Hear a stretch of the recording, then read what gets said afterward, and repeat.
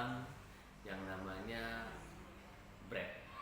Oke, gimana sih tentang di suatu bakery ada yang namanya manajemen waktu, terus ada yang namanya manajemen kitchen, terus gimana juga manajemen stoknya dan lain-lain. Kita mulai dulu dari yang namanya manajemen waktu. Waktu sangat penting, sangat vital di dalam suatu bakery.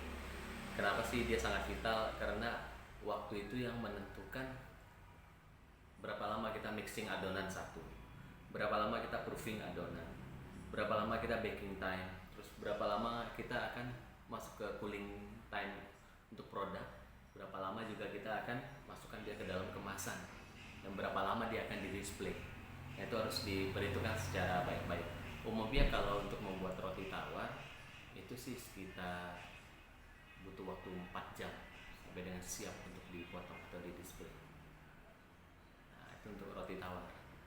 Kalau untuk roti kecil-kecil lainnya mungkin dari mixing itu butuh waktu sekitar 3 jam. Dari mulai mixing sampai dengan baking, sampai dengan cooling, sampai dengan siap untuk disajikan itu butuh waktu 3 jam roti-roti kecil. Nah, ini waktu yang mesti kalian ingat kapan waktu ini akan ditentukan dan kapan waktu ini akan disetting.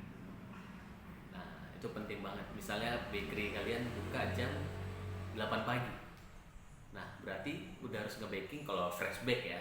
Kalau udah harus nge-baking, harus start baking itu jam 4 pagi. Jadi sehingga jam 7 pagi udah ready, terus jam setengah 8 udah bisa di display, dan jam 8 udah bisa buka pintu untuk tamu masuk. Nah, itu pentingnya waktu. Dan kemudian ini ada yang namanya lingkungan manajemen di dalam sistem dapur, dimana barang-barang yang pertama masuk dan itu harus pertama yang keluar. Dan bagusnya barang-barang yang masuk ini kalian mesti catat waktu dan tanggal pembeliannya, terus waktu expire-nya kapan, itu disusun di rak-rak yang ada di lemari di situ. Kemudian juga diperhatikan sih tanggal-tanggal expire karena penting banget ya. Karena beberapa bakery dan lain sulit untuk memanage hal yang barang-barang mau dekat expire. Dan juga kita nggak bisa salahkan juga, kadang dari distributor udah kasih ke kita udah tinggal 3 bulan 4 bulan dan kita tidak memperhatikan itu. Jadi beli barang yang expire masih jauh, itu minimal 6 bulan ke depan. Dan perhatikan berapa banyak jumlah kebutuhan kamu yang kamu pakai.